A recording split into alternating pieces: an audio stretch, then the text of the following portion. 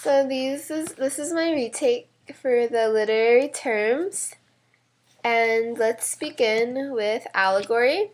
An allegory is just any character or event that symbolizes an idea or concept. For example from Willie from Arthur Miller's Death of a Salesman. He represents a typical salesman in the deteriorating image of a worker who values materialistic possession and success. This allegory warns the reader of a very dull, money-obsessed life by portraying Willie as a man who will never be satisfied with what he has.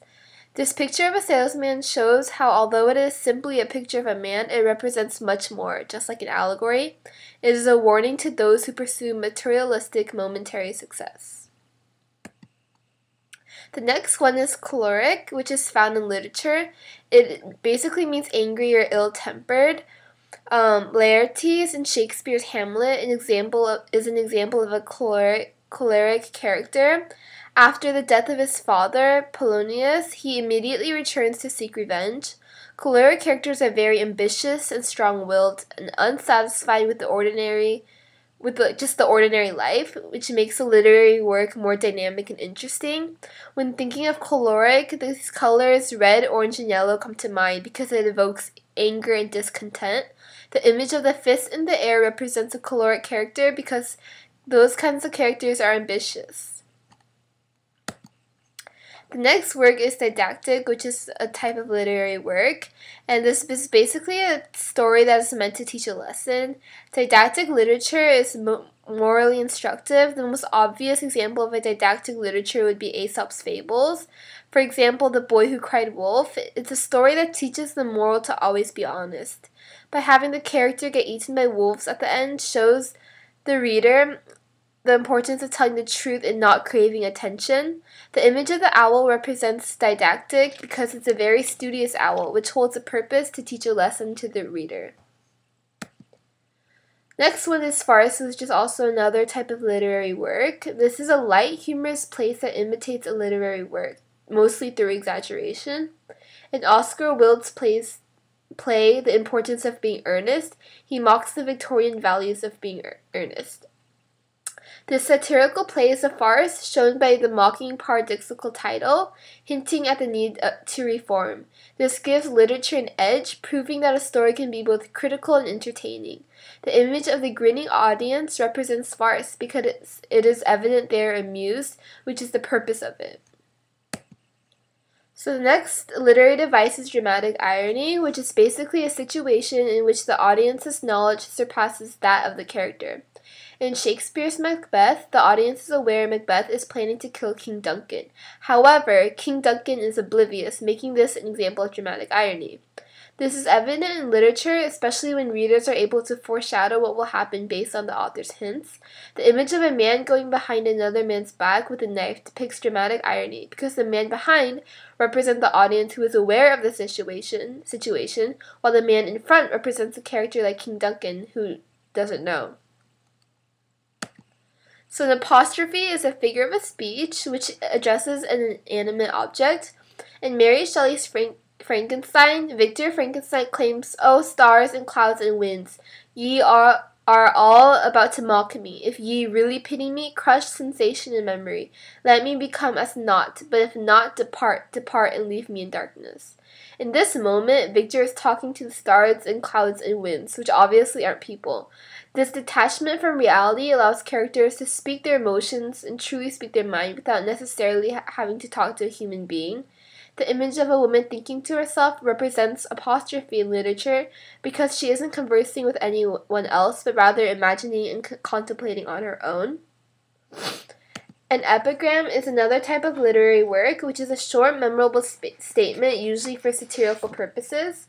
Epigrams tend to be paradoxical, like in Oscar Wilde's Lady Windermere fans, because she says, "I can resist everything but temptation."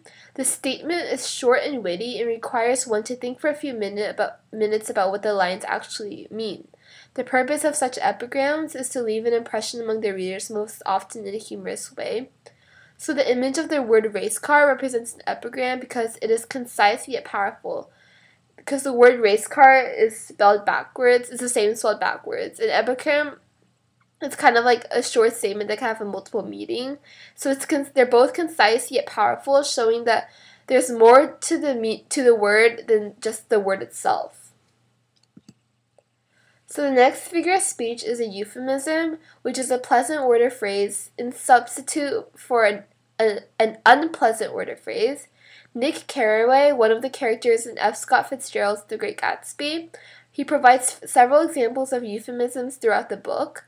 One of the examples is the way he describes his home. He calls it his life the less fashionable side of the land, and he's basically sugarcoating the fact that he lives on a poorer, less luxurious place. The image of the word censored represents this idea because euphemism is basically sugarcoating a word, and censored is a more extreme, exaggerated version of that. However, they both hold similar concepts. Malapropism is a literary device which is a substitution of a word for another word with different meanings. This was started in The Rivals, a play written by Richard Brinsley Sheridan, in which the character Mrs. Malaprop states several malapropisms. An example is, quote, "You could have knocked me over with the fender." By stating fender rather than feather, it makes the literary work very comical and turns into a very nonsensical style for entertainment value. The image of the mouth covered in tape represents the erroneous word choice, yet it's on purpose, which really defines malapropism. Metonymy is a figure of speech, which is when a name is used to identify two different words, but they share similar attributes. So in Shakespeare's play Julius Caesar states, quote, "Friends, Romans, countrymen, lend me your ears," in Act 3, Scene 3. In this case, ears not only represents the actual body part, but it also indicates intention. This kind of metaphor found in literature accentuates words, giving them a more deeper, multifaceted meaning. This image of a person with many identities represents how metonymy accounts for words with multiple identities and meanings as well. So paradox is the next figure of speech, which is a statement that contradicts itself, yet may still be true.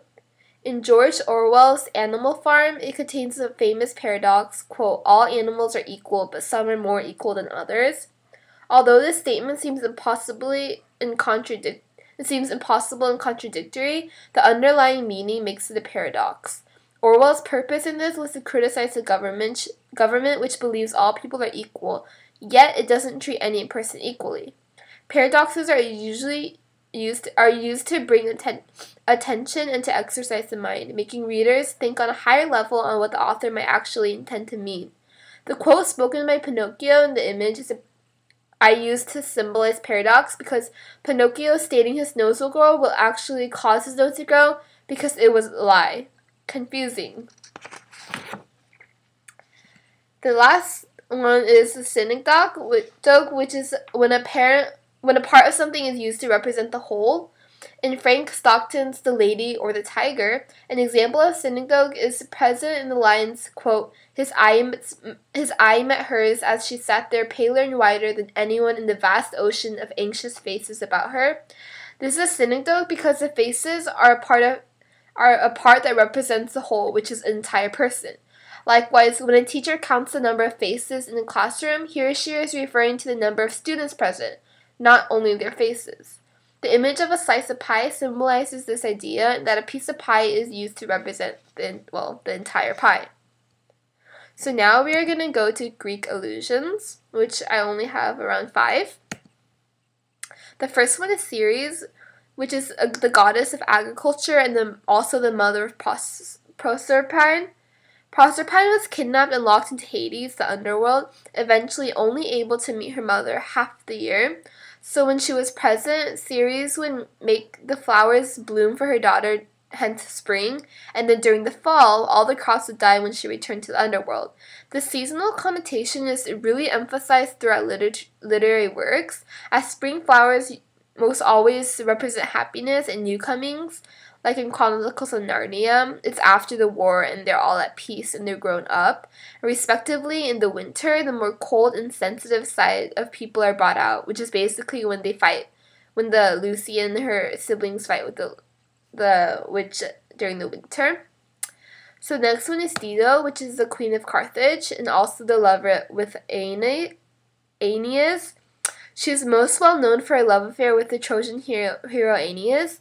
After they both make love with one another, he has no choice but to part, which causes Dido to commit suicide. This story shames adultery because although Dido's husband had been murdered, she swore fidelity to him, and in the end, she is left with no one.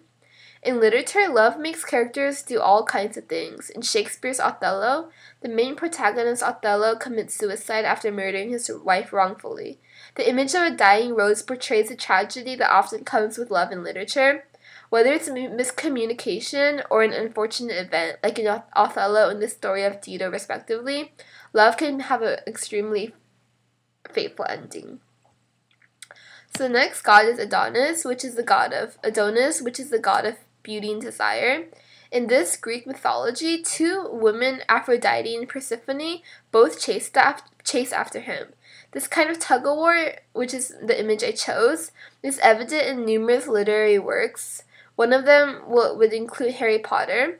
It's significant in literature because when two main characters both love a single person, it causes the reader to take sides. For example, in Twilight series, the audience is clearly divided into Team Edward and Team Jacob, making the novel a lot more interesting, seeing who the one person will choose. My next god is Narcissus, he was a handsome hunter renowned for his beauty. So Nemesis, the god of anger, answers a nymph's prayer that causes Narcissus to look at his reflection in the river and fall in love with his own appearance. And finally, in his own image, he falls in and dies. This mythology that concerns the danger of self-love and obsession is also evident in Robert Reiner's The Princess Bride, which is when the character Vizzini states, quote, "I can't compete with you physically, and you're no match for my brains." Let me put it this way. Have you ever heard of Plato, Aristotle, Socrates? Well, morons. So this narcissism leads to his tragic downfall, which is when he drinks the poison after getting outwitted by the protagonist. In literature, narcissistic characters are punished, teaching the readers to be humble. So the image I chose was just this woman looking in the mirror, which just portrays Narcissus and how he was obsessed with himself. And my last one is Electra, which was the daughter of King Agamemnon. In this myth, Electra and her brothers seek vengeance for their mother and her lover for the murder of their father. And this is basically matricide or patricide, which is when the children kill their own parents. In Stephen King's Carrie, the character also kills her mother just as Electra did. Examples in literature of such acts are very horrific, warning that the trust and bond between parents and their children may sometimes be broken, and it's not always as sacred as we expect it to be, just like in Electra and Carrie. It's apparent how this image represents the story of Electra, for her and her brother also schemed to kill their mother. And that's it. Thank you for listening.